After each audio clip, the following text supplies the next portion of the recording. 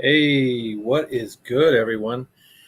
It is everyone that you should be familiar with by now, the Crooked Commish, here with the Chicago Clubhouse Network. It is the fantasy football show here, and we are ready to go over these injuries because, good Lord, they just keep on coming. And I guess that's what we need to expect out of football. It's a violent game, and week after week after week, someone's going to get hurt. So we just cross our fingers each week and pray to God that it's not one of our players that's getting hurt. But nonetheless, we'll go over all that shit. We'll go over and talk about the players that have gotten injured this week. There was some big name players that did get injured this week. Talk about their possible replacements, how long they're going to be out for, and then look at the bye weeks and stuff, see who's on a bye, and kind of look forward to next week. If you're like me, watching the Monday night game as well, my game's not completely done with. Got to make sure Baker Mayfield doesn't have a go nuclear and have a crazy-ass game.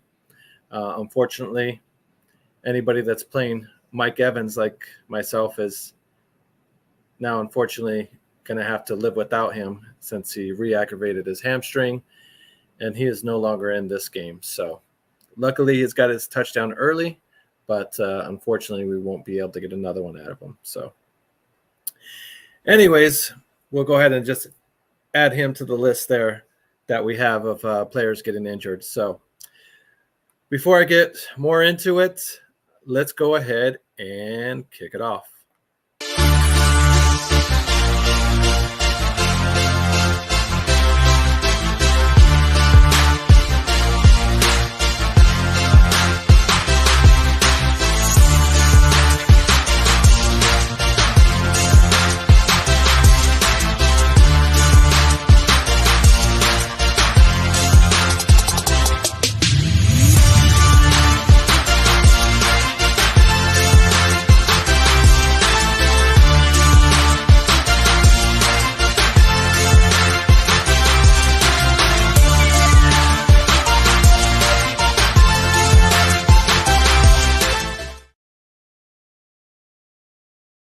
And we are back.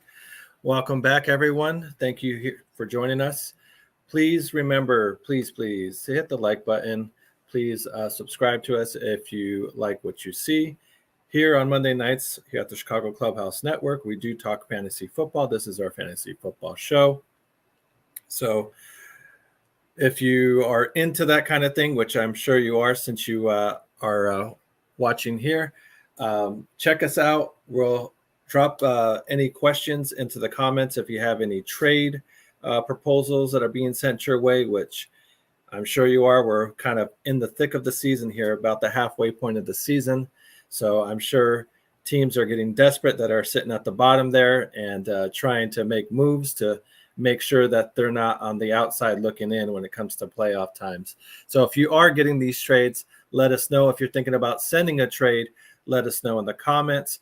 Mouth and I will be more than happy to kind of look it over with you, give you our points of view, and then kind of hopefully send you in the right direction there. You know, at the end of the day, it is your team.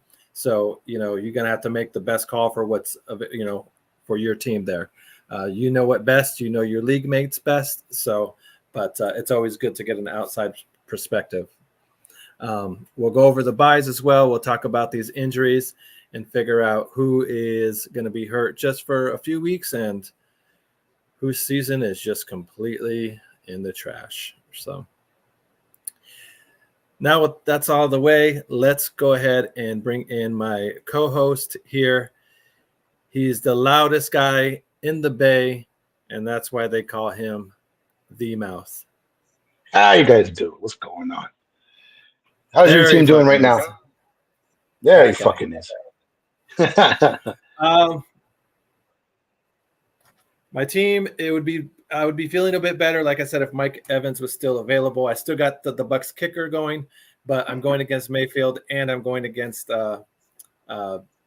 Connor James Conner as well. So I mean, I'm up by a decent amount. So as long as they don't have a crazy game, and I'm going against the champ right now, the guy that currently holds one of these, going against him, trying to get that back. Okay, so. I absolutely love that he's in a dumpster this year too. I love that you went from first to worst, and Yes. I love that he's down there. And because there's nothing like seeing someone that fall from grace. that belt just, it doesn't look right on him. It doesn't fit him right. It what I mean? So it's just like, I would be more than happy to take a belt. My name's on there twice already, so it clearly belongs to me. So, but whatever. I don't want to get into it and make the whole show about me. So. Fucking guy. How are you doing? Are you winning your this week? I was like, I'm 1-on-1 right now. My QB CJ Stroud completely fucked me. He did nothing. So like, I mean, when your QB and your top two wide receivers give you like a total of like 10 points, it's just not going to be a good week. Like, yeah, I was kind of hoping that Pittsburgh's defense would drop like 60 points, maybe, do something crazy, a couple pick sixes. I got close, but it wasn't enough. It wasn't enough. So I'm good in the league. So it's not a loss is going to kill me. I'm not down there with Diva and Mitchie. So that's the good news. But it is what it is. Sometimes you get one of those weeks where everybody just shits the fucking bed, and you just got to take it to the. Yeah, Stroud only giving you 5 points was killer, and it's not like he got injured and had to leave the game or whatever. That's kind of understandable, but just throughout the whole game, Green Bay's defense really kept them in check, which was, as a Bears fan, not very encouraging to see. I know we have them coming up soon. Yeah, so, it's a little disconcerting to see, like, maybe if Nico Collins is a little bit more of that offense. I mean, Mason had a pretty good game, so it kept him close in that game. But I don't really care about Mixon because he's not on my fucking team. So it's like I needed to see this Stroud to have at least 20 points, and he kind of failed. So I mean, I'll call him later, let him know, get his shit together, and let him understand that there's real shit been involved in here, not just his stupid fucking. His. It's all about him. It's about us too. Right. So. Toussaint, thank you. What's good? What's going on? Thank you for joining us. Please hit that like button if you could do us a favor, and that would help us out a lot. If you have any fantasy questions, I'm not sure if you're in our Chicago Clubhouse Network Fantasy League. If you have a team in there, if you do not, let us know if you'd be interested in maybe joining it next year. It's a 16-man league, and if you do win, we'll put your name on this belt here. So. But he says I need Baker to ball out tonight. So I do not. I need Baker to keep throwing interceptions. You can throw the ball, just keep throwing it to freaking Humphrey. I mean, that's fine. Just keep doing that.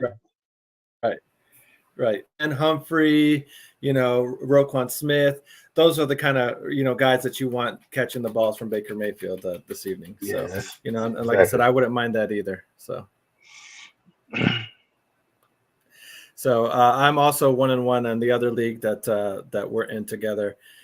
It seems like every year I just can't really seem to get out of the basement in the keeper league and whatnot. So not that my team's really horrible either, but nonetheless, I would rather have the winning record of me dominant in our 10-man league than in our 12-man league, because I don't want to be kicked out and still have to run the league there. So that'd be the greatest thing ever, is to see you still have to be there, take care of everything, and be a commissioner. That would be pretty brutal. That we'd have to live that one pretty much on the stream somehow. That like how you do your little highlights, that'd have to be part of a highlight at the beginning, definitely to begin the year. So.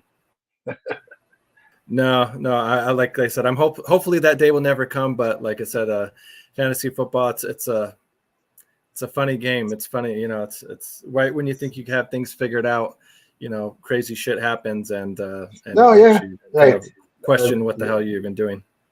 Our friend Chili is an asshole. He had like one win the whole year, and all of a sudden he's pulling off a couple games in a row, and now he's trying to win the belt in week 7. I was like, you better calm your shit down, Doc.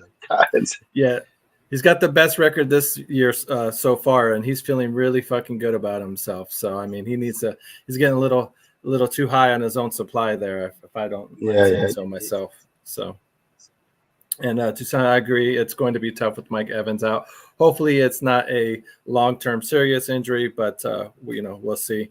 But speaking of injuries, let's go ahead and get into it and bring up the injury list that happened this week. Go. Right there.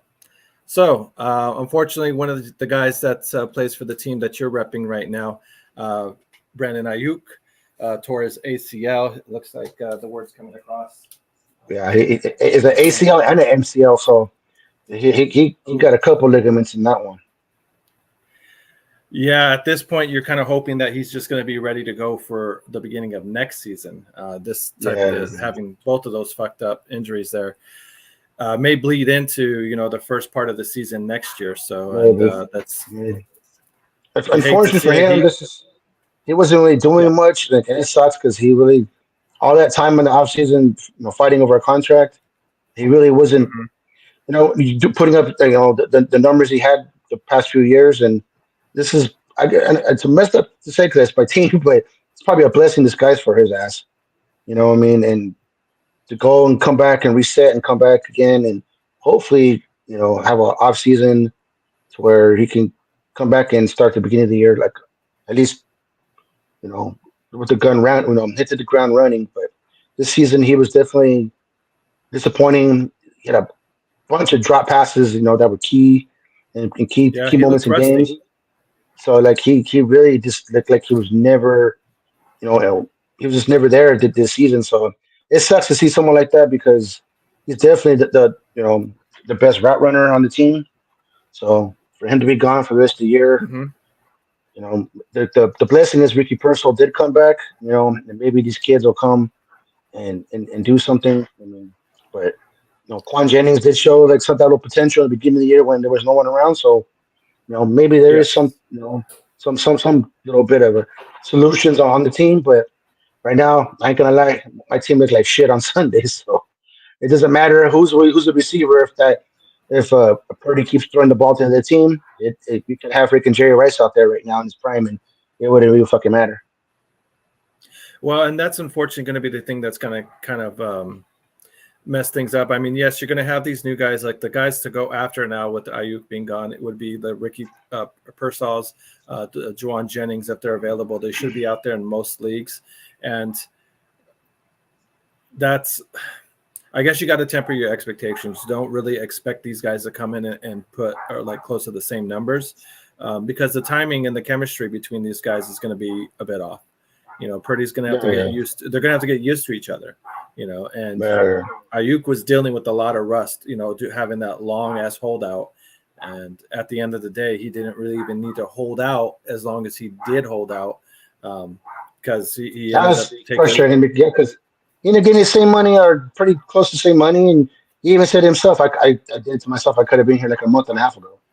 So he pretty much fucked himself. And, he never looked good. And it showed. And on the field, if you're not prepared, like, you can't hide, because the ball's going to find you. If you're not prepared to play football. And he really didn't look like he was prepared to play football.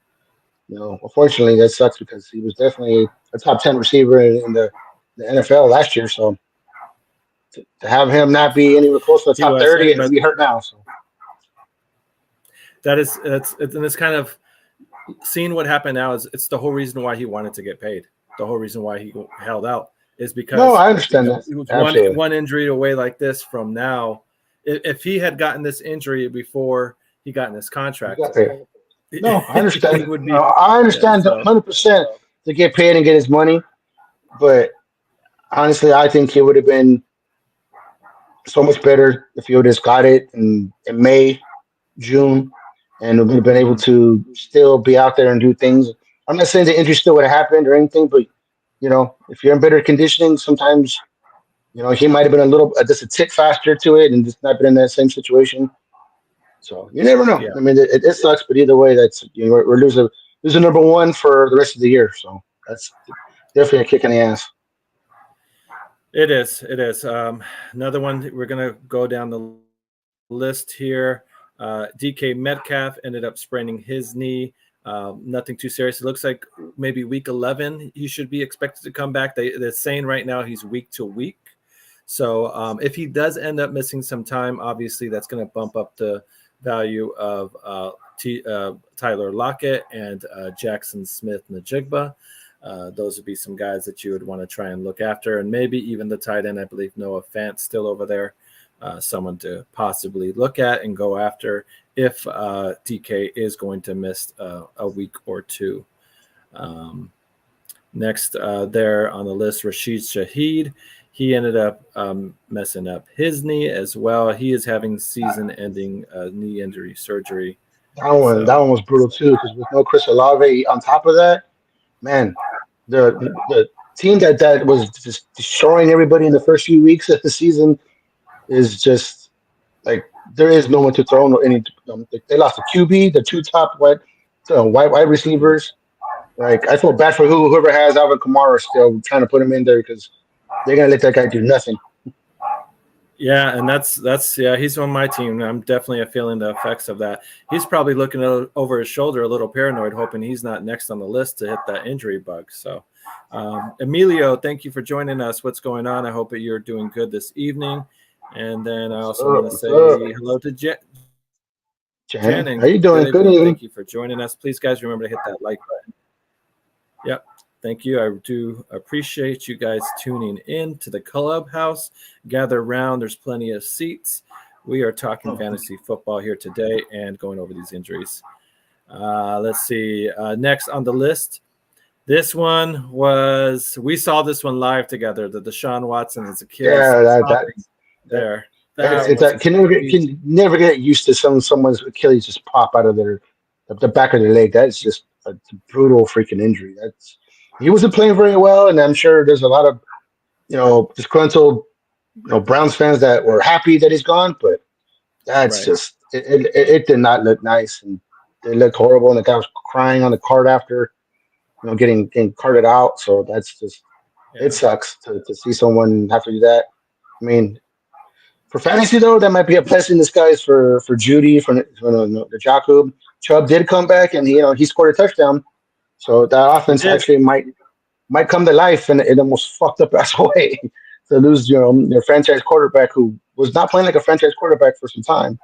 So it might be that the addition by subtraction type of thing. So I mean, I don't know. So going forward, Winston's supposed to be the guy coming in to replace him. I know he didn't come into the game there. I think it was Robinson, Dominic Robinson, that came Thompson. And he has 5 names. Yeah, he's a guy that has 3 first names I can never trust, and you should never trust him either. If a guy has 3 first names, avoid him in fantasy. He can't be trusted. So, but anyways, and it looks like like I said, the Browns are going to probably go on and move to Winston. So we don't know. This may break Watson. Yeah, I mean, I don't know if he's going to be able to come back from that, and then I don't even know if the Browns are going to want him back. I think this might be the end. Money's just burnt. I think that might be the end of his tenure. I mean, hopefully not for football because he's relatively young, but definitely in Cleveland. I think that's got to be a given. He was already on looking on the way out there. He had to be looking over his shoulder. He was the worst QB in the league.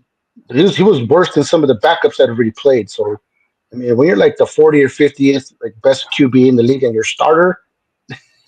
Now, there's only 32 starters. So when you're like somewhere in the 40th, 50th, and a lot of categories, I mean, there's some backups that's gotten in there and it's done better than you. That's absolutely fucking horrible. So that guy needs to. We got a question coming up here real quick. Manuel, thank you for joining us. Please, guys, hit the like button. Anybody new coming in, we really do appreciate your comments and your likes. So if we could pay you, we would. So, but unfortunately, we're not quite at that status yet, but Cardinals scored. Hey, Commish, Pickens or Mooney? Or 4 Mooney. This is for the season type of question. Let me know if this is a PPR or non-PPR. But I like Mooney just a bit better, just because I kind of trust the quarterback there with Cousins over maybe it's still going to Russell Wilson. I mean, he didn't look terrible.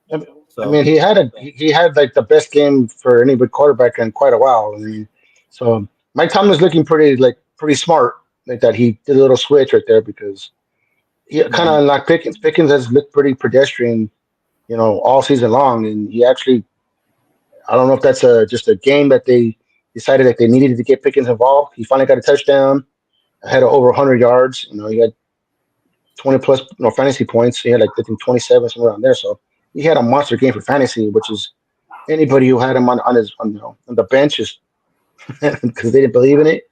That sucks. But Mooney's only had one good game. So I mean that's I kind of I understand what you're saying with Kirk Cousins, but Kirk Cousins didn't look too good this last week against Seattle. So I'm hoping that he doesn't continue that trend for anybody that's has hopes for Mooney and B. John Robinson and London, and especially Pitts, because Pitts looks like he's actually starting to come back around. There was a Pitts sighting the past few weekends, but you can't deny the fact that if Russell can continue to do something like that, make the offense look better. Najee's looking good for the past couple of weeks, and if they can do something with Pickens, it might be onto something. I guess the issue with Mooney though, and with Atlanta is there is a lot of mouths to feed over there. So yes. I mean, in Pittsburgh with Pickens, besides Pat Freiermuth, really there's not much on the outside. Yeah. Correct. So I mean, Pickens may just get the majority of looks and targets because there's really not much, nobody else really getting open. They're getting much separation. And that was the problem. That was the problem with what was his name that was there before? Like he wasn't pushing the ball down the field. There wasn't any kind of offense. Fields. Yeah, there wasn't really nothing that wasn't beyond 10 yards. So with Russell, at least the shots are going to get taken, and that puts just give Pickens a chance on the outside. He's athletic enough to make those plays. Yeah. So let's get back and finish up the rest of these injuries here. We got Aiden O'Connell. He injured his thumb. He's expected to come back around week 13. I don't expect too many people starting O'Connell, but Gardner Minshew is the guy that's going to just go ahead and slide right in. He still didn't really look great, but I mean, if you are desperate and need a QB for a bye, that is somebody that is more than likely going to be available. We had Curtis Samuels injuring his shoulder. Still to be determined on how long he's going to be out for. And then also another name that's not on here, but is considered to be week to week would be Jaden Daniels. He had a rib injury there, but Washington was just blowing out, the Carolina Panthers. There was really no need to bring him back into that game, but he is considered to be week to week going forward. So if any Jaden Daniels owners, Marcus Mariota would be the guy to pick up there if you want to still stick with a Washington QB. So yeah, I don't know about Marcus Mariota. He did look good though. I give him that. He did look good. He went in there, like midway to that second quarter, and he looked, 2 touchdowns. I think he had something around like 200 and something plus yards.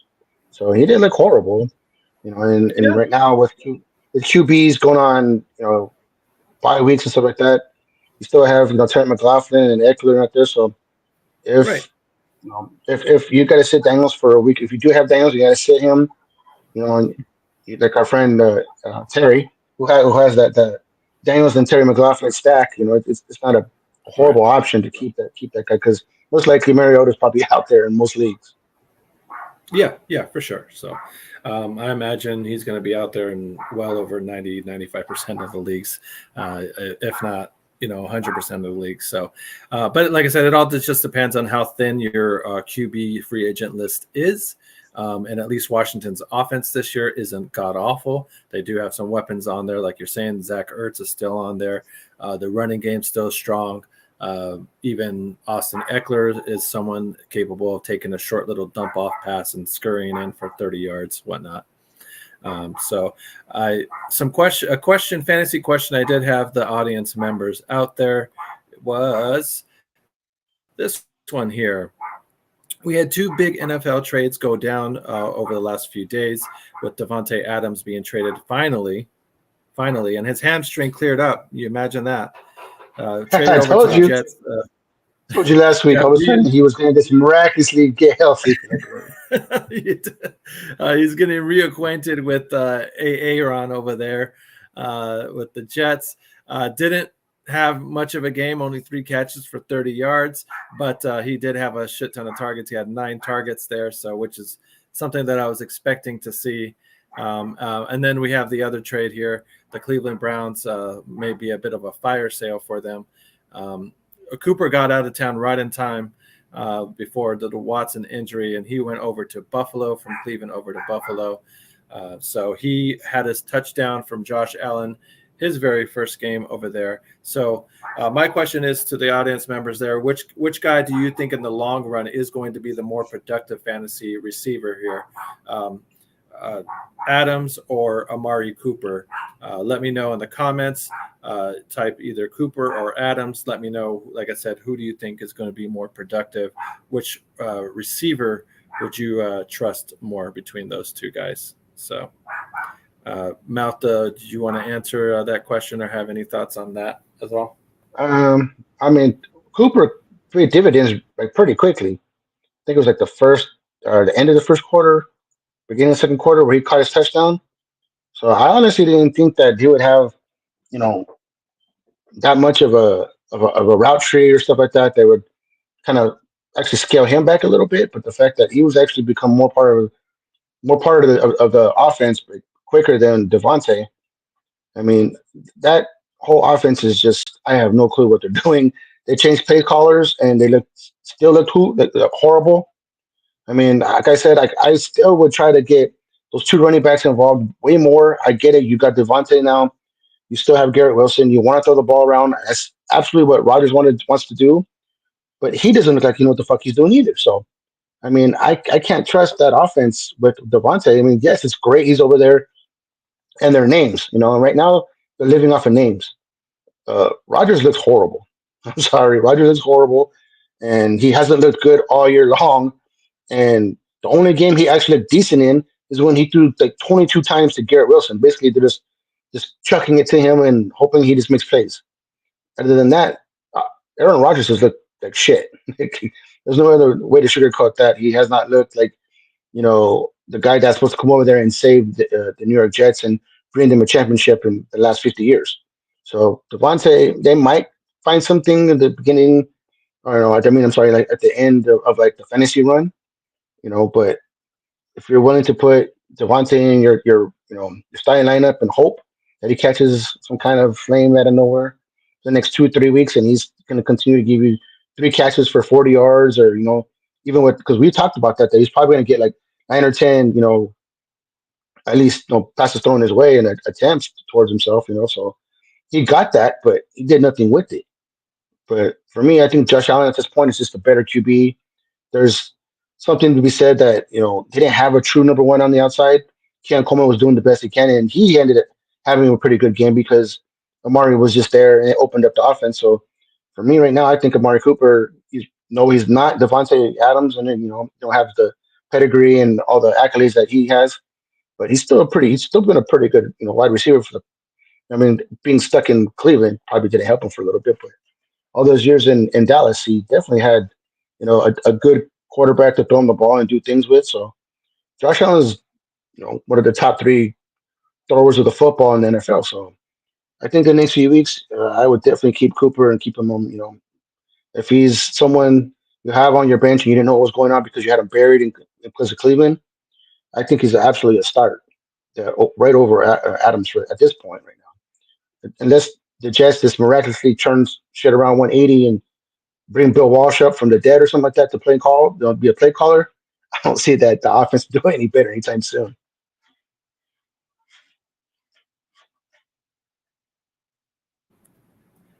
Sorry about that. I don't think their offense gets too much easier going forward in the season as well. So that's another thing. But it's one of those things. If they're always playing from behind, maybe like I said, Adams' volume is going to go up even more. That's But probably we the have only. another That's guy. probably the only thing that I would think about like that. That they're going to be behind and they're going to be throwing the ball a lot. But other than that, Mhm. like I mean, if you're hoping So, that you, but we got one guy, Green that's, Cooper, as well. Hmm. Go ahead. yeah. At this point, yeah, like I trust Cooper more than I trust Adams. This weekend was I thought actually would be the exact opposite. I thought they would did what they could to give Adams a couple over the middle touches and get him somewhere in especially in the red zone. But Right. they looked horrible. We got a question coming in. Is San Francisco going to recover from their slump? What do you think as a Niner fan? How serious are these injuries here? How bad do you think the Brock Purdy struggle is? Do you think? I mean, he's had his bad games before. I mean, he's struggled before. But Yeah, yeah. is this one of these things where he's going to turn I this think around again? Or I think right now there's more trouble with the special teams, especially the special teams. I think has just been a huge Achilles heel for the Niners this year. It doesn't matter if it's punt coverage, kickoff coverage, trying to get a punt off, trying to get a kick off. Like they haven't been very good. Like I think they've already had like multiple field goals blocked, punts blocked. They've given up a kickoff yeah, return. They get out. They are horrible on punt coverage. I think they just brought in another punter to try to push with Wisnowski or do whatever with him. So I mean that defense up the middle, like losing Hargrave, like our Eric Armstead leaving in free agency. Didn't think would be as bad of a big of a deal. But losing Hargrove to injury at the beginning of the year with I believe it was a chest muscle or tricep muscle, I think it was. yeah, Losing him up the middle has been a huge loss because the side of that ball has not been as good as it has been in years. And if we can continue giving up 20, 25, 30 points, the offense hasn't looked crisp. Brock Purdy the past few weeks he's been used to throwing the ball to windows and doing things, and people aren't. I don't know how many times they've seen where he was throwing the ball and wide receivers weren't even looking. So, but he was throwing to wide receivers like Ricky Pearsall, Cowing, people, Ronnie Bell, who don't usually see much playing time. hmm, So that does, got to give him a little bit of, grief. You can't give him too much, shit for that. But some of those interceptions, they looked horrible. They looked really bad. I mean, when he wasn't on the side with Ronnie Bell, what was one, and the offensive line. I'm sorry, McKivitz was the fucking trash in the Super Bowl, and for whatever reason they kept him. And he's a turnstile. Like I think they said somebody you could put a 24 pack of Charmin, and he would be more tougher than what he is now. wow. So Sharman's pretty soft already, though. yeah, that's what I'm saying. McKivitz is softer than baby shit right now. So like he's just letting anybody and whoever the fuck wants to come by. Shit. He's, he's just literally like anybody want to come join the club and fucking meet up at Club Purdy. Fucking he's back here about 5 yards, gonna kick his ass. So Mhm. some of those I can't blame on Purdy when you're getting hit as you're throwing the ball and the ball goes up in the air. You know what I mean? But there was quite Right. a few. He probably could have had 5 interceptions because there was a few that he threw to the other linebackers or the DBs and they just missed it. So it was not a good game. Sometimes you just gotta dumpster fire, Yeah. fucking burn the tape and say fuck it. You know what? That one sucked. But I mean, they do have the Cowboys coming up, and you know what? They could be one hell of a freaking bounce back. Game that they need because they don't look any better either. So the Cowboys Niners can can do get that get real. right game. Yeah, exactly. They can get real healthy real quick. I mean, Kansas City has a So, pretty all damn right. good defense. So I got to give Kansas City some credit too. I can't just put it on how bad that maybe the Niners sucked. It might have looked that bad because Kansas City defense is just that good. Right. Well, yeah. Like I said, Chris Jones is no joke and whatnot. And as the season gets on, their defense is getting better there with KC. What was some guys that are coming back from injuries though to kind of look out for? TJ Hawkinson should be coming back as well. He was kind of practicing this week and was flirting with playing in this game, and then they eventually did decide to hold him out. But expect him to come back here in the next, possibly this coming up week. So he's one of the guys that I was able to package him and Jackson Smith-Njigba and trade him to the guy that was in last place there, Mitch, to try and get Amari Cooper. So right now I'm feeling pretty good about, that trade, with Cooper and whatnot. Hopefully that could continue to go on. But at the same time, hopefully that trade works out for him as well. Part of making deals and whatnot, you don't always want to be like necessarily fleecing the guy, because then that kills any kind of potential trades in the future to do. You do want these trades to kind of work out as much as possible for both teams. Well, with Metcalf getting hurt too, that's another thing too. Like Metcalf going down might actually benefit, Smith and Jigma, because he might actually, he might have, more balls coming his way with Tyler Lockett, because he's definitely the more explosive right now, the more explosive wide receiver without Metcalf out there. So he might get some more looks because of the fact that. So that actually might be a win right there for him. And I did hear pretty much that when Hawkinson does get ready to come back, he's going to get, right, he's going to be 100% ready to go right away. So it might be a win-win in those kind of trades. You don't always get those, because sometimes you trade somebody right away and then they blow out a hammy or lose a hamstring or ACL. As soon as you trade them, and nothing you do about that is football. But yeah, there could be nothing about it. But that definitely is a kick in the dick when that happens. It happened to me a couple times last year. It does suck. It does suck. Yeah, I do remember that. That's brutal. Just what you gave up to get a guy, and you really don't even get much of a game from him. But like I said, if somebody has him on their IR spot and you kind of need a tight end, you have an Evan Ingram type of guy, or you drafted a Laporta early and he's been very disappointing. Try and see if you can trade, send a trade offer and try and get Hawkinson on the cheap there before he starts blowing up and doing good. So, like I said, let us know if you have any trade ideas, or like I said, getting trade offers. Please put them into the chat. We'd love to look them over with you and whatnot, and kind of give you our opinion on what direction you should go in. So before we get further into it, though, getting to around the halfway point, let's go ahead and play some of the Commish's highlights that I was able to get together this Sunday. So y'all sit back and grab a Morris beers and enjoy these highlights. Gotta go to work. Dustin Hopkins does the honors, and we're off and running here in Cleveland. Charlie Jones going to play it, but a half step inside his own end zone, and he's got a seam. Jones, Hopkins unable to beat him, and here we go. Way. Jones, one man to beat him, and he is in. Behringer to boot it away. Parker has to retreat all the way inside his 5, and he catches it. Makes a beeline past the 20. He's got some open space. Past the 40. Gets past the punter. Inside the 40. Parker Washington is going to go all the way for a touchdown. Hurts for A.J. Brown. Oh, he's got it. He's in. Smith steps up. Takes that shot to the end zone. It is Metcalf. I'd be exhausted, yeah. We're down to 9. Cousins looking. Hit. Ball comes loose. Seahawks recover. And it's taken all the way back. It's do so many different things for this defense. This time Montgomery, Bynum, grab them. That ball is out. Picked up by Pace. Down the sideline. They're in. Across the field. Here's Love to the end zone. Diving. I don't like that shit. For sure, bro. I don't like that shit. Package here for Dan Quinn's squad. 3rd and 9 for Carolina.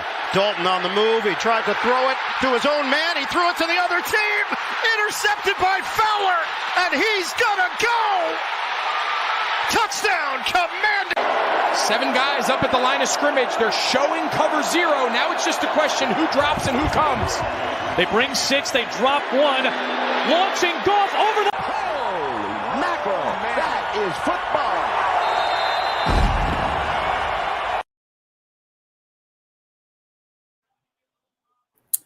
Holy mackerel. Thank you to Fantasy Jocks for our sponsor. Definitely see no Niners in that one. Definitely see no Niner highlights in that one. Yeah, I couldn't find too many of them for you this week. There really wasn't. There really wasn't any. There really wasn't any. So we'll see if next week can be a better week for you, bud. But thank you to our sponsor, Fantasy Jocks, for giving us a spout here. We really do appreciate their sponsorship and all our other sponsorships, like Hughes, Moore's Beer, In the Zone. We do have if you go to In the Zone and put in our promo code, we have a promo code within the zone, so you can get, I believe, either 10 or 20% off, something along those lines. So we really do appreciate all our sponsors as well. And of course, I have to mention one of our original sponsors, just like our QBs, they always have to have that.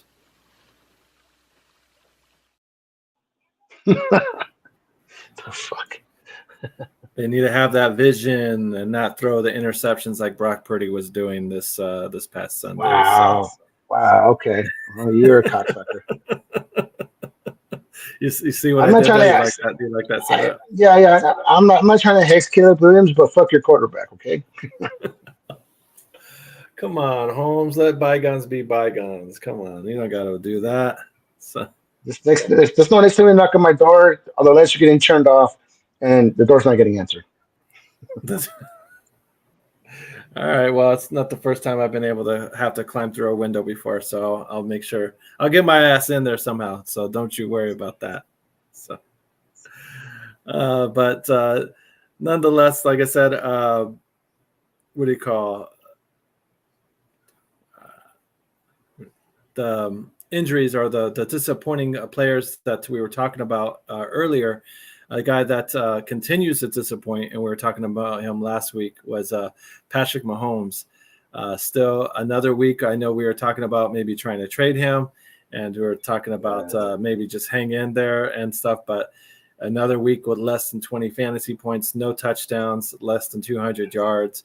The Chiefs keep on winning, but they keep winning, but not because of him. It's because it's not helping you. Because it's their defense. It's not because of him. And it's weird to say. It's almost fucked up to say, but at this point, I wouldn't start Mahomes. I don't trust the offense. I mean, Kareem Hunt has kind of given him just like a little bit, to kind of have some kind of running game. And Carson still kind of, jumps in every once in a while and kind of spells him. And, he has a couple, good runs here and there. But that offense looks, pretty horrible. Like Travis Kelce is non-existent. They have nobody outside. If Xavier Worthy doesn't break something crazy, like do a little gadget play, then the offense isn't really doing much right now. Who looked good, honestly, though, is the other tight end, Noah Gray. If you need a tight end help, he's someone that's the past few weeks has been more featured in the offense than Kelce, and especially since Ray Rice has been down, they've been giving him tight end screens and Rashid Rice. I'm sorry. I was like, but one of those Rice fuckers. But but either way, like Noah Gray's been getting featured a lot more, and so that's someone I wouldn't really trust the offense a whole lot, but he's the one bright spot that's been other than Xavier Worthy hitting a home run. So I mean, it's crazy to say, but he's a boomer bust guy. He's the only explosiveness. Yes, exactly. I mean. And I can't trust Mahomes right now. I just can't trust him. Yeah, and it's like I said, it's very bizarre to say, and it's have to say, like, what I find interesting is your dude Chaka in our league. He ended up drafting like Mahomes and Allen, like back to back rounds. Allen, yes, Allen. And at the moment, it's like, dude, what are you doing? But like, it's so weird how unorthodox his draft style is, and it just like works out for him. He ended up winning. He's winning the championship, and like I said, we're also always scratching our heads when we're looking at his team after the draft. But like, he does pretty good. Like, he's usually not at the bottom at all. So. No. Like he drafted Henry like the third pick, and we're like, what the fuck are you doing? All Henry's done is lead the league in rushing with touchdowns and has monster games every week. So yeah, he definitely has head scratcher, decisions where like, what in the hell? We're like, hell yeah, thanks a lot for being stupid. And then it comes around and it fucking and it works out. So that's the Mahomes. No, fuck you. Yeah, the Mahomes pickup was a little. I mean, probably did. I'm sure Ruben didn't appreciate that right now, but the Lamar Jackson and Derrick Henry stack he's loving that because all they're doing is just running around, letting the NFL on fire, just doing what they're doing. Yeah. So. But yeah, that's one of the ones I definitely want to bring up there as well. Like I said, like Chaka, give him his props there. Like I said, as far as unorthodox and as odd as his drafts may be during draft day, he knows how to put it together throughout the season and whatnot. And like I said, sometimes it's just a matter of keep away almost as far as like face these guys. But in this instance, it worked out for him having Allen and Mahomes really not being that good and stuff. It didn't break him. Usually one guy, you're drafting Mahomes that early, you don't draft another QB at all, and you just stick with this guy, through thick or thin. And if you were doing that, obviously Mahomes probably would be losing you quite a few games here. Yeah. There's only been one game where he's had over 20 points and kind of like himself. Yeah. Like I said, it's crazy to think that, like it's time to either bench Mahomes or go find a Drake May or or Russell Wilson and say fuck, at least let me try and see what they can do, because now it's crazy. And I was just like, that was kind of the thing that I was gonna almost kind of pondering and thinking about, like, is someone like a Russell Wilson or a Bo Nix, would you trust playing one of those guys ahead of Patrick Mahomes right now, Drake May, a Bo Nix, or even a Russell Wilson, just because of how ineffective Mahomes has been this season, for fantasy wise, at least, and if these guys are winning, they're not going to be throwing much too. So, I mean, for fantasy wise, like a Drake May, I mean, it sucks that he's, probably going to be behind a lot for the actual, Patriots fan, but for fantasy, that might work out. I mean, like someone like Justin Herbert, who used to be just the first 3 quarters have like 8 points, look horrible, and then the fourth quarter like just come alive for like above 50 and 2 touchdowns and save the fucking day. So I can see someone like Drake May, because unfortunately the team's not very good, and they're going to be playing. We talked about like playing catch up in most fourth quarters. He's going to be throwing the ball. He's going to be putting it out there, which is scary because he could also be thrown to the other team. But at least he's someone that they'll be letting him throw the ball down the field. Same thing with Bo Nix. Bo Nix has probably a little bit better of a defense, so there's a better chance that they can give him like a lot more like shorter fields and stuff like that. Kind of the same thing with Detroit. With the Steelers. Okay. There's a good chance that the defense is good enough to give those Russell Wilson and Bo Nix like more opportunities to be on the other side of the 40, to give them chance, give themselves a chance to, get some kind of cheap touchdowns or cheap scores and stuff like that. And all you need is like 3 touchdowns at the end of the game. All of a sudden, you go from 12 points to 30, and your day looks way different. So, the other thing that I kind of like with Bo Nix is he does he's a threat in the running game too. He's not afraid to run around and scramble. Now I do say he probably needs to slide a bit more. He's a little too willing too much to just kind of lower his shoulder and take some hits that maybe he doesn't need to be taking. But he's someone that could possibly scramble in for a touchdown as well. I think the last game he had around 50 yards or a little bit over 50 yards rushing and whatnot. So, and Sean Payton clearly trusts him and stuff. Bo Nix was giving it right back to Sean Payton in the sideline and stuff, where they had a shouting match and whatnot. So he's not afraid to say his piece if he thinks that something doesn't look right in the field or whatnot. So which is good. You like to see a quarterback out there that's not afraid to tell his coach, hey, no, your shit's wrong. And it's crazy right now that there's these rookies that are coming into the league. I mean, not all of them hit. It would have been interesting to see what J.J. McCarthy might have been been doing instead of Sam Darnold in Minnesota. But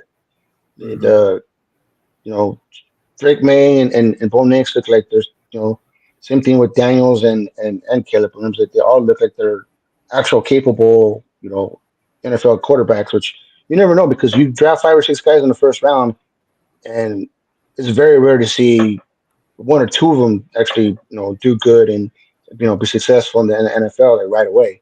It doesn't really happen, but these guys are getting more and more used to being ready for the NFL like just right out of college than they've ever been the past 4 or 5 years.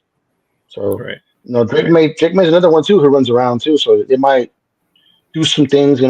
It's a little interesting to see how they do it because unlike Bo Nix, who has an offensive head coach, Jared Mayo is a defensive guy. So it's a little different to see how Drake May's progression might happen.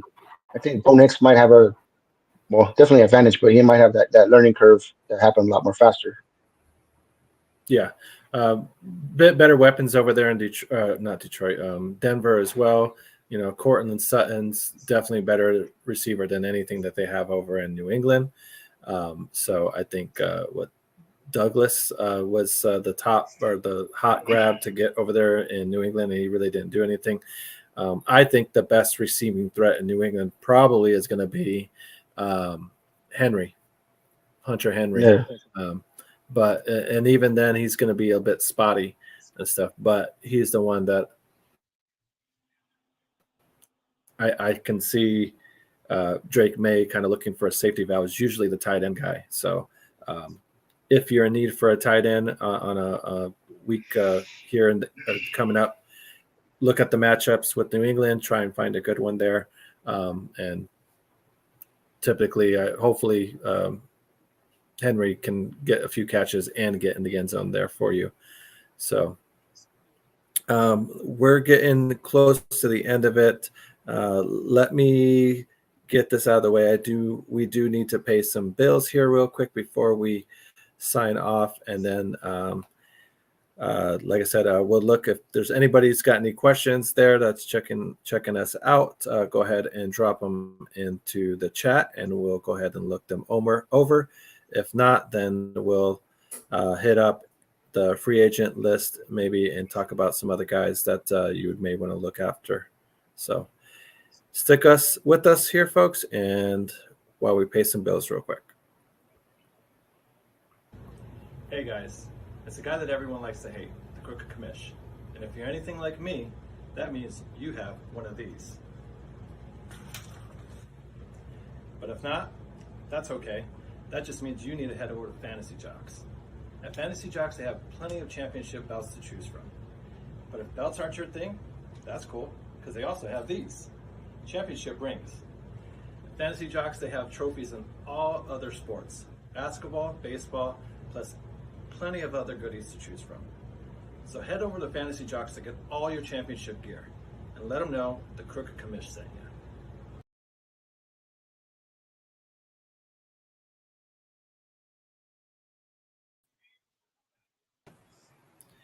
Thank you, Fantasy Jocks, for giving us this lovely belt. And like I said, thank you to the rest of our sponsors. Guys, like I said, please hit that thumbs up and like the show. If you could do us that solid, we would really appreciate it. And check out our main show tomorrow night with T-Nick, Frank the Tank, JB, and Foulmouth C. So a little bit different from the mouth that we have here. This is the mouth from the Bay. So, but he's just as foul. He can be just as loud and be just as, cuss you out just as bad. So, man, this Tampa Bay game, it's crazy. After that Mike Evans injury, it completely flipped around the whole. Yeah. What's crazy too is Zay Flowers got injured as well, like in the beginning, and since then it's been Rashad Bateman and Mark Andrews pretty much just taking hold. Mark Andrews sighting. So, for any Mark Andrews, people who, all of a sudden, he's catching a little flame the past couple of weeks. So, that's one tight end we thought we were about to bury in the beginning of the year because he looked like he was done. So, Yeah, he had a real rough start to the season. So, but he is showing some signs of life. I guess better late than never. So if anybody did happen to drop him, maybe check out the free agent wire there. So we did have a question kind of come in. I have 4 QBs: Kirk Cousins, Prescott, Williams, Caleb Williams, and Sam Darnold. Who should I drop? Woo! Is this a 2B? Is this a 2 QB league or what? How the fuck do you have 4 QBs? Is that allowed? I thought what the heck? I mean, that's I think a it's just a 1 horrible QB league. Jesus Christ! I mean, at this point, like, can you I would try to like I said, I would really. I guess. I mean, if everybody else has QBs, I mean, there's got to be somebody in your league. I would think that needs a QB. Okay, so I guess let's approach it this way here. You're an opposing team, and you need a QB. He's coming at you with these QBs to choose from for a trade offer. Which one of these is the most intriguing that you'd be willing to trade for? Kirk Cousins, Dak Prescott, Caleb Williams, Sam Darnold. I think Sam Donald's kind of come back to earth a little bit. I think that what's intriguing is how Hawkinson comes in and how that might actually work in his favor. Williams is kind of like the hot hand right now. Kirk Cousins was the hot hand, but just Seattle pretty much skull fucked them and made him look human really, really pretty quickly. Dak Prescott, you would think, would just fall right back in and have a good year. He's, historically been a pretty good QB, about 4,000 yards and 30 plus touchdowns. But CeeDee Lamb was one of those guys who waited out the whole year too, off season, and to get paid. And same with Ayuk, he hasn't looked very good either. He hasn't had any kind of breakout. I don't think he's had 100 yards yet this year. He's not catching touchdowns, So, I mean, if anybody, I think I would probably drop Dak Prescott and, maybe Kirk Cousins at this point. Because Kirk Cousins really started off slow too. He had a couple good weeks in a row. I mean, he had that 500-yard game, but other than that, he really hasn't, shown that to be consistent with it. Darnold and Williams have most weirdest thing. They've been the most consistent, more consistent than the other two. So let me. I would definitely go. I definitely go Williams and Darnold. Drop them, but trade wise, if you needed a QB, you were on the you need a QB. Your team needs a QB, and he's coming to you with these QBs to choose from. Which one would you be the most intrigued for? To possibly trade for it and be more comfortable sticking, with. Well, I mean, if I was trading for one, I would try to get Darnold or Williams from Manuel. If I'm Manuel, I'm trying to trade off. I would probably try to trade Darnold and and Prescott, and keep Williams as my starter and keep Cousins as a backup, for whatever might happen. Because having 4 QBs on unless you're doing some crazy freaking run up points type of thing, there's no reason to have 4 QBs on your bench. There's too many other wide receivers or running backs and tight ends that you would need. Yeah, and I think that's one of the things where I think he realizes that as well. Like he has, an abundance of QBs, but it's like out of all those, it's kind of obviously some hard choices to choose from to drop, because you don't know if Sam Darnold, if what you've seen from him the first quarter of the season, if that's the real deal, or if what we saw from him last week, is that going to be the more likely thing we're going to see from him throughout the season. And then Cousins has just been super inconsistent. One game he has 15 points, the other game he's got 25 points, so and then same thing with Prescott. Like I said, Caleb Williams has definitely is a QB that's on the rise. If he may be the more intriguing one that the most you could get to trade with for. If I'm another team looking at those guys, the most intriguing, the hottest guy is Caleb Williams, like you're saying. It's not obviously still not a guarantee and whatnot, but that running threat that he possesses, Caleb, he may scamper in for a TD. The other guys really don't have that rushing TD threat at all. If they're going to get any touchdowns, it's going to be through the air. Exactly. So. If I was Manuel, if I needed like some help, especially coming up in the next few weeks when all the people will be on buys and you got 2 or 3 different people that might be on your squad, and you want to, if you have that many quarterbacks, that means someone needs one. Depending on this 10 or 12, 14 team league. If it's a 12-team league, then someone needs a quarterback definitely for sure. So I mean, I would definitely, trade Darnold or especially Prescott, and our cousins, and try to help my own team out that way with a running back or tight end or wide receiver, whatever is my most glaring need at that point. Shit, even if I needed a defense for that week and it was pretty bad, and everybody, you like Scary Terry, he likes to have 2 defenses on his bench, so. I definitely wouldn't keep 4 QBs, but I would definitely try to trade. I wouldn't drop those guys. I would try to get what I can and get something back for them. Because Prescott's still a name. Cousins is still, they have history. So that's a good thing for them. They have a pedigree of being a pretty good, QBs in the league and definitely could get you points on any given day. Right. So I would definitely try to package them in some kind of way and get you something good if you can. Yeah, I agree. I agree. Like I said, any kind of receiver or whatnot, not knowing too much how the rest of your team is, where you're thin at. Obviously, running backs are always tricky and running backs are kind of like the NFL equivalent of like good offensive linemen. You know what I mean? Even if it's just a so-so offensive lineman, you still are reluctant to trade them away and would rather just still keep them, if nothing else, for a backup. So trying to trade for a decent running back it can always be a little bit tricky. But if you can somehow pull that off, tip of the cap to you, sir. So, but all right, we are, like I said, about to that hour mark. We'll go ahead and start signing off. Is there any last-minute advice or any last-minute things that you would like to say to our good people out there watching us at all? A lot like our friend Manuel there, who has like draft capital sitting on his bench. This is the time of the year to go after people who are hurting, who are in bad situations, who might be 1-5, 2-4, or 0-6, 0-7, however they might be, or whenever your league started. So it's a good time to go fleece someone. And if you got draft capital sitting there, you made some good pickups in the waiver wire, and you just got 4 running backs for 3 slots, and you don't got nowhere to put on your flex or anything. Go make a move. Go out there, start hitting people up, like you said, text them up, and start getting some dialogue back and forth, and try to take someone's shit from their ass, and so you can go win a championship. Yeah, no, I agree. And one of the things I will recommend, like, so we kind of had a situation here in our league. You're talking to multiple people, league mates and stuff, about pulling off trades and whatnot. So make sure you know who you're talking to. Make sure you kind of work out the trades through text, through text wise.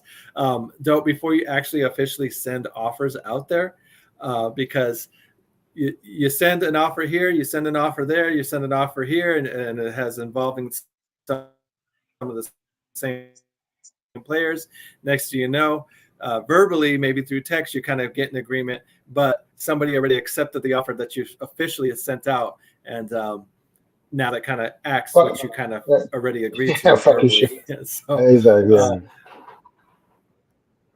Make sure you come to a verbal agreement through text or whatnot first, and then you send an offer out before you have, send all these multiple offers out. You might come to an agreement all of a sudden, and before you know it, you go and look, and you're like, oh shit, somebody else already took this offer and took the guy that I just afraid to trade away. So, so try and don't send too many offers out there like that. So, a question coming in: who's got Derrick Henry in the podcast league? Oh yeah, me. Way to come on to the show and brag a little, Frank. Good for you. I mean, as long as you have him on your team, Derrick Henry there. He's definitely as long as I don't have to play you this week too. So, yeah, he's doing good. He's doing good. So, all right. So, Frank, thanks for coming in here at the end and giving us a shout out. If you could hit the like button as we're on the way out the door here, we would really appreciate it. thank you to everyone that joined us tonight. Our chat was a bit active this evening, so we really do appreciate it. Another comment coming in. First place, Frank the Tank, rocking the league. Yeah, the Chicago Clubhouse League. You are rocking the league there. You only have one loss, so nice. But Pulling a whatever. Chaka move right there. Pulling a Chaka move. Yeah, he might be Good getting shit, his good name shit. on that route, but hopefully I can be spoiler. But Toussaint, thank you for joining us. Janin, Emilio, Manuel, thank you for joining us. Frank, thank you for coming in Yes, at the thank end. you We all. really do Thank you. appreciate it. We really do appreciate any and all views that we do get. Here at the Chicago Clubhouse Network, we have a lot of shows going on throughout the week. Do us a favor. We're trying to get to 2,000 likes here on YouTube. So if you haven't already, please subscribe to us. Help us get to 2,000 likes. We're at around 1,600 likes. So if you're new to the show, like I said, like us and sub to us. Help us reach that goal. We really would appreciate it. Tomorrow night is the main show, so tune in for that. That is coming on 8 Central. But if nothing else, we'll also have our pregame show for the Bears game against the Commanders. So check that out as well here at the Chicago Clubhouse Network. Thank you to our sponsors, Moore's Beer, In the Zone, Vision, and of course, Fantasy Jocks. We really do appreciate all the love and support. So, guys, take care. And remember, if you can't be good, at least be good at it. This has been a Chicago Clubhouse Network production.